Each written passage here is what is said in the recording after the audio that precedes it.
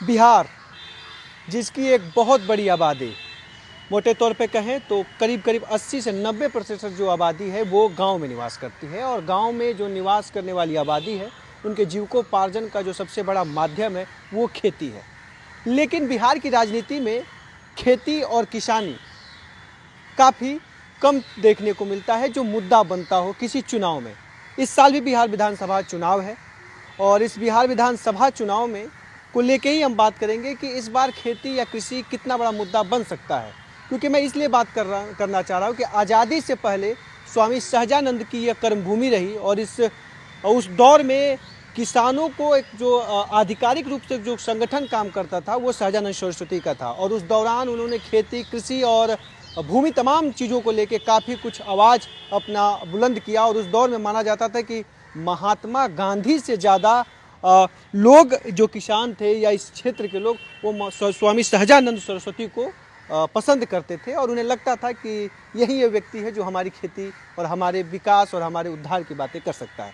इसी तमाम विषयों को लेकर करेंगे कि आखिर बिहार की राजनीति में जिस तरह से जाति या अन्य मुद्दे हावी रहते हैं, चुनावी में खेती क्यों नहीं मुद्दा बनता है, क्या किसान क्यों नहीं मुद्दे बन पाते, ये तमाम चीज़ों को लेकर बात करेंगे। और इसके लिए हमारे साथ आज जो एक सामाजिक कार्यकर्ता है और स्वामी सहजानंद सरस्वती से के विचारों से जुड़े हुए हैं, और उनसे हम बात करेंगे और समझेंगे कि क्या कुछ वो देख रहे हैं बिहार की राजनीति में और इस तरह के जो बिहार में जाति समीकरण राजनीति है उसमें किसान क्यों नहीं सटीक बैठ पाता है, क्या वजह है। सर, किसान तक में आपका सर स्वागत है। और क्या कुछ देख रहे हैं बिहार की, जैसा मैंने शुरुआत में भी बोला कि एक बहुत बड़ी आबादी है और एक वोट बैंक भी है, लेकिन उस वोट बैंक को जातियों में बांट दिया जाता है, लेकिन किसान एक समूह के रूप में किसान के तौर पे नहीं देखा जाता, ना मुद्दा बन पाता है किसी भी चुनाव में। वजह क्या मानते हैं? जैसे आपने बहुत सही कहा अपने वक्तव्य में कि बिहार जो है भारत में संगठित किसान आंदोलन की एक प्रयोग भूमि रही है या शुरुआत मानी जाती है। यही पटना से 35 किलोमीटर दूर बिहटा में स्वामी सहजानंद सरस्वती का श्री सीताराम आश्रम है और 1927 में वहीं से शुरुआत हुई। 29 में प्रदेश स्तर पर वो किसान सभा बनी और 36 में ऑल इंडिया लेवल पर, और स्वामी सहजानंद सरस्वती का आपने नाम लिया, वो यहाँ के राष्ट्रीय अध्यक्ष बने और लगभग एक दशक तक यही बिहार उसका ऑल इंडिया दफ्तर भी बना। बिहटा का श्री सीताराम आश्रम, दो बात थी, एक साबरमती आश्रम गांधी जी का, दूसरा सीताराम आश्रम, दो धाराएं थी। और मूलतः वो आंदोलन था ज़मींदारी के खिलाफ, ज़मींदारी ख़त्म करो और किसानों की समस्या, उपज का मूल्य मिले, बाकी कई समस्याओं को लेकर के। और इसी का परिणाम था कि बिहार देश का पहला राज्य बना जमींदारी उन्मूलन करने वाला। लेकिन आज के संदर्भ में आपका सवाल ये है कि आज वो आंदोलन जिसने पूरे भारत को दिशा दी, नेतृत्व किया, आज उस मामले में पिछड़ता दिख रहा है। तो उसकी बड़ी वजह ये है, जैसा कि आप देख रहे हैं कि जो अभी किसान आंदोलन के बड़े केंद्र हैं, पंजाब है, हरियाणा है, पश्चिमी उत्तर प्रदेश है, तो आप देखेंगे कि ये वही इलाके हैं जहाँ जो ग्रीन रिवॉल्यूशन का इलाका माना जाता है और जहाँ खेती अपेक्षाकृत रूप से भारत के दूसरे मतलब राज्यों के मुकाबले बेहतर स्थिति में है। उसकी सबसे बड़ी वजह एपीएमसी का होना। एपीएमसी मतलब बाज़ार समितियों का होना। बाज़ार समितियों का होना मतलब कि मंडी हो और उसमें एक सरकार का जो मिनिमम सपोर्ट प्राइस होता है, न्यूनतम समर्थन मूल्य, उसकी व्यवस्था है। बिहार में जब नीतीश कुमार पहली बार आए तो 2006 में उसको डिसमेंटल कर दिया गया, ख़त्म कर दिया गया, हटा दिया गया। बाज़ार समिति में ये है कि एक किसान अगर अपनी साइकिल पर भी एक मन अगर लेके आया, 40 किलो आया, तो एक तय मूल्य है जिस पर वो बेच सकता है। अब अभी देखिए जो बिहार में न्यूनतम समर्थन मूल्य है 1800 या 1900 रुपये पैक्स के माध्यम से, लेकिन बाकी दिनों में किसानों को 1200 रुपये में, 1300 रुपये में बेचना पड़ता है, तो सीधे सीधे 600-700 रुपये का घाटा लगता है। तो एक तो पहली वजह यह है कि बाज़ार समितियों के पूरे इसको ख़त्म कर देना।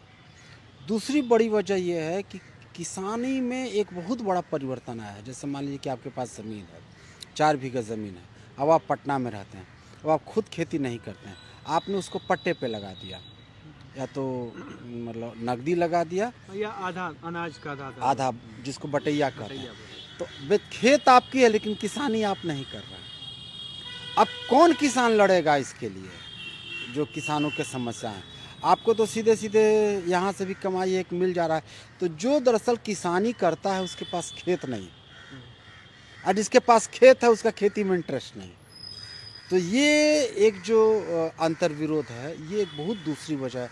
आप चले जाइए में पूरा खेती का जो कॉन्ट्रैक्ट है, पहले जो जैसे मान लीजिए सवर्ण जातियाँ थी तो पिछड़ी जातियों के पास, अति पिछड़ी जातियों के पास, लेकिन वो खेत का मालिक नहीं है। तो किसान आंदोलन कौन आंदोलन करेगा? ज़रूरी है कि दोनों का इंटरेस्ट एक होना चाहिए। तीसरी वजह जिसकी तरफ आपने इशारा किया कि न्यू लिबरल जो मॉडल आया खेती में 91 के बाद, इसमें खेती पर से सब्सिडी खींचा जाने लगा, इंपोर्ट रेस्ट्रिक्शंस हट गया, कृषि को वो विश्व व्यापार संगठन से जोड़ दिया गया, जिसमें खाद बीज इस सब पर मल्टीनेशनल्स कंपनी का जो कब्जा होता चला गया। और उसी के साथ साथ कास्ट क्वेश्चन, जाति व्यवस्था, किसानों को जातियों में विभाजन, खास करके चुनाव के दौरान। तो किसानों में जो जातियों की जाति पहले भी थी जी, ऐसा नहीं, तो काफ़ी पहले कि उन दरारों को अब और चौड़ा कर दिया गया, और इतना चौड़ा हो चुका है कि कोई जब तक कि एक बड़ा नैरेटिव किसानों को लेकर के किसान संगठन नहीं आते हैं तब तक सबको एक साथ करना मुश्किल होगा। अब अभी देखिए जो 3 कृषि कानूनों को लेकर जो आंदोलन हुए, बिहार में भी हुए, हर जिले में भी हुए, लेकिन इसको इतनी इसकी वैसी ताकत या वैसी वो गूंज, रंग नहीं दिख रहा था। कई बार सवाल भी रहा अदर राज्यों से कि बिहार में वो रंग नहीं दिख रहा है, वो गूंज नहीं सुनाई गूंज पड़ी, नहीं जो दिया, वो आपका- रंग नहीं किसानों वो में वो आपका चीजें- कहना सही है। ऐसा नहीं, आंदोलन हुए हैं, आंदोलन लेकिन हुए। जाहिर है कि उसका वो परिमाण, वो मतलब स्केल नहीं था जैसा कि हमने सिंधु बॉर्डर, टिकरी बॉर्डर जी। या इन बॉर्डर्स पर देखा। तो मेरे ख्याल से ये 3 बड़ी वजह हैं। और तीसरी वजह, जो चौथी वजह ये है कि सबसे बड़े किसान संगठन जो है सबसे ज़रूरी है। आंदोलन करने के लिए संगठन चाहिए। तो 91 के बाद से जो हमने बताया कई कारकों के, बाहरी कारक और अंदरूनी कारक, किसान संगठनों का कमज़ोर होता चला जाना। किसान संगठन कमज़ोर क्यों होते चले गए? क्योंकि नियो लिबरल जो मॉडल है उसने, आप देखिए कि हर व्यक्ति को लगभग अकेला कर दिया। मोबाइल की जो टेलीविज़न ने, मोबाइल ने, सब आप अकेला होता, कम्युनिटी लाइफ ख़त्म होती गई। आप गांव में भी जाएंगे तो वहाँ शाम 7 बजे 8 बजे के बाद सब लोग अपने अपने घरों में, तो एक जो समूह होने का गाँव जो में जो एक चौपाल टाइप का चौपाहा या जो पुराना जो सिस्टम था समूह पेड़ का, के, हाँ। अब एक मंदिर छोड़ के कोई ऐसी सार्वजनिक जगह नहीं है गांव में। तो ये सारी वजह, और किसान संगठन ऐसी स्थिति में बहुत और अंतिम वजह जो मैं कहूँगा कि एक जो विचारधारात्मक हमला हुआ कि एंड ऑफ हिस्ट्री का, कि ये दुनिया अब यहीं रहेगी, इसको बदला नहीं जा सकता। बदला नहीं जा सकता तो संगठन की क्या ज़रूरत है? अकेले रहिए, खाइए पीजिए मौजों कीजिए। जो विचारधारात्मक हमला हुआ, इसने किसानों को भी किसान संगठन से वो दूरी बनती है। ये 5-6 वजह है जिसकी वजह से बिहार में वो रंग नहीं दिख सका। आपने नीतीश कुमार की भी बात की, और माना भी जाता है कि 2000 जब सरकार बनी तो उसके बाद जो उनके कई मुख्य फैसले थे, अहम फैसले थे, उन फैसलों में मंडी व्यवस्था को भी था कि मंडी व्यवस्था को समाप्त कर दिया जाए और किसानों के लिए खुला बाजार छोड़ दिया जाए, तो अपना सामान बेचे, किसी तरह का सरकारी पाबंदी या किसी तरह का चीज़ नहीं रहेगा। लेकिन उससे पहले तो मंडी व्यवस्थाएं थी। और तो ये जो मंडी व्यवस्था जब से थी, कब से आप मानते हैं कि बिहार में स्वामी सहजानंद सरस्वती का जो जमींदारी प्रथा, तमाम तरह की चीज़ों को लेके था, आज़ादी के बाद उस पर विचार भी हुआ, उस पर काम भी हुआ, तो कब से मानते हैं कि जो बिहार में जो किसानों की जो राजनीति में पकड़ थी, या जो प्रमुखता से हर राजनीतिक दल इसको मुद्दा बनाते थे, वो कब से ख़त्म लगा कि अब धीरे धीरे अब ये ख़त्म होना शुरू हुआ? क्योंकि मैं थोड़ा सा पीछे भी जाऊंगा, जब गांधी को महात्मा गांधी और बापू तमाम तरह के जो उपाधियाँ मिली, उनमें एक चंपारण का आंदोलन भी रहा, नील की खेती रही। तो ये भी एक इतिहास में कहा जाता है कि बिहार के किसानों ने गांधी को एक बहुत बड़ा नेता के रूप में उभारने में जो भारत में भूमिका निभाई थी, वो कहीं ना कहीं चंपारण की एक महत्वपूर्ण भूमिका थी। तो क्या देखते हैं कि कब से ये चीज़ें राजनीति में किसानों की जो पकड़ हो, या मुद्दे जो राजनीति में अहम मुद्दों के तौर पे देखा जाता था, राजनीतिक पार्टियां गंभीर रहा करती थी, वो कब से बिहार में चीज़ों को देखते वो हैं? मैं आपको बता रहा हूँ 91 के बाद से ही उसमें कमज़ोरी आनी शुरू हुई। जैसे मैंने आपको बताया कि 95 में WTO आया और भारत की कृषि विश्व के बाज़ार से जुड़ गई। विश्व बाज़ार से जुड़ने का मतलब होता है फ्लक्चुएशंस जो विश्व बाज़ार का है। जैसे मान लीजिए कि अमेरिका में किसानों को 40% सब्सिडी दी जाती है और भारत में किसानों पर से सब्सिडी वापस ले जाएंगे। तो मान लीजिए कि 100 रुपया किसी चीज़ का कॉस्ट ऑफ प्रोडक्शन है, 40 रुपया अगर उसको वहाँ सब्सिडी मिल गया तो उसकी लागत है 60 रुपये।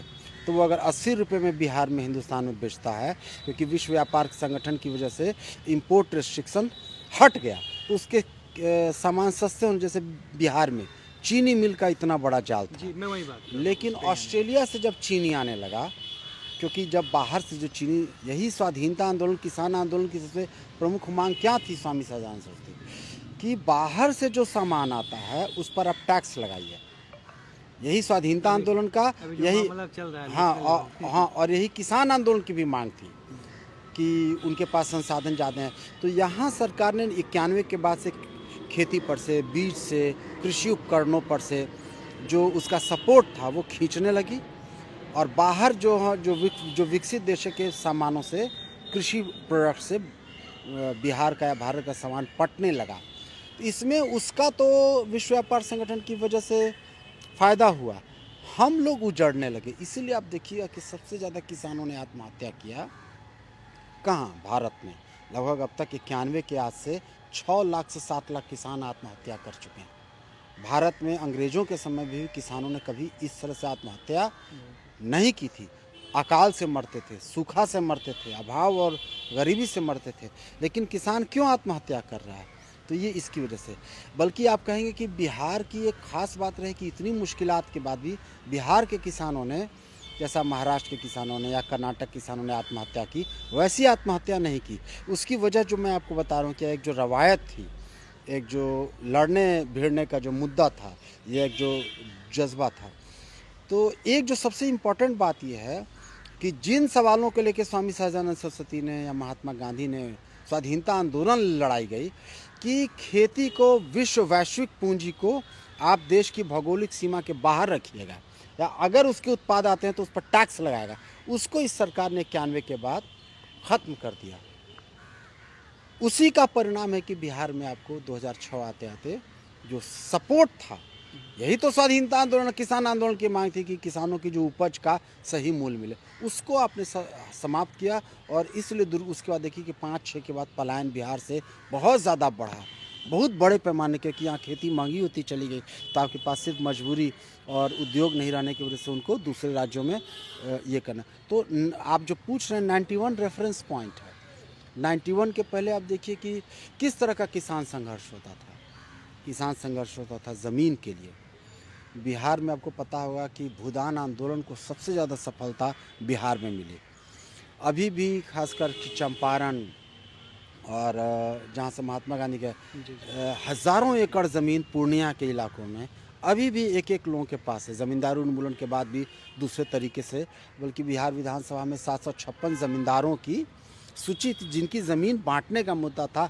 आज भी वो अनफिनिश्ड एजेंडा है। आपको याद होगा नीतीश कुमार 5 बने तो उसने डी बंदोपाध्याय कमेटी बनाई थी जी। और डी बंदोपाध्याय का रिकमेंडेशंस था यही कि आप लैंड तो है, किसको लैंड दीजिए? टीलर को। खेत किसके पास जाइए? किसकी जो उसको जोतता है, ज़मीन किसकी जोते उसकी, तो जो जोतता है उसके पास खेत नहीं है। तो ये 91 के पास के पहले तक एक बहुत बड़ा मुद्दा था। 91 के बाद विश्व व्यापार संगठन के जाने के बाद पूरा स्थिति बदल गई, लेकिन अभी भी वो अनफिनिश्ड एजेंडा है, ज़मीन का मसला।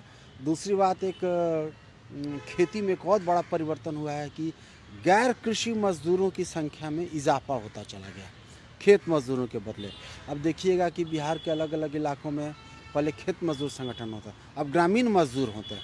खेत मजदूर ग्रामीण मजदूर में क्या फ़र्क है कि खेत अपनी मजदूरी के लिए कृषि पर निर्भर है।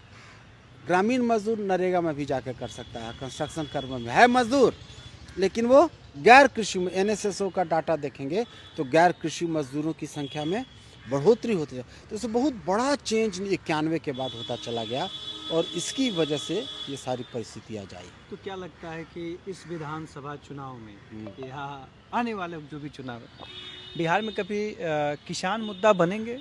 किसान मुद्दा बनेंगे ये इस पर निर्भर करता है। जैसे ये पार्टियां जो हैं, जैसे लेफ्ट पार्टियां जो हैं, कम्युनिस्ट पार्टियां, सीपीआई हो, सीपीएम हो या और जो अन्य वामपंथी पार्टियां, ये कोशिश करती हैं किसानों के मुद्दे को यहाँ पर एड्रेस किया जाए। लेकिन बाकी जो पार्टियां हैं, भाजपा है, जदयू ने तो खुद ही ख़त्म ही किया उसको, या एनडीए की सरकार ने, तो बाकी पार्टियां भी अब उसको जितनी गंभीरता होनी चाहिए उसमें नहीं है। और वो आप देखिए कि सारा चुनाव के वक्त एनालिसिस कास्ट बेस्ड होता है। किसान जब आएगा मुद्दा, मजदूरी जब मुद्दा बनेगा तो जाति का मुद्दा पीछे बढ़ जाएगा। तो जो पार्टियां जाति के मुद्दे की राजनीति करती हैं वो कभी किसान को मुद्दे को हावी नहीं। उनको लगता है कि अगर ये मुद्दा, अगर किसान मुद्दा या खेती, तमाम तरह के मुद्दे आते हैं तो फिर हमारा जो समीकरण है वो बिगड़, सब कटघरे में खड़े होंगे, क्योंकि सब रॉन्ग साइड में है। रॉन्ग साइड में कैसे हैं कि जो मैं बोल रहा हूँ कि न्यू लिबरल इकोनॉमिक पॉलिसी को तमाम पार्टियों की सहमति है, इन लोगों को, वामपंथी पार्टियों को छोड़ के, तो सब डॉक में खड़ी है कि किसानों की दुर्गति तो हम सब ने की है। तो इसमें ये एक बहुत बड़ी वजह है कि चुनाव में नहीं बन पाता। धन्यवाद सर आपका।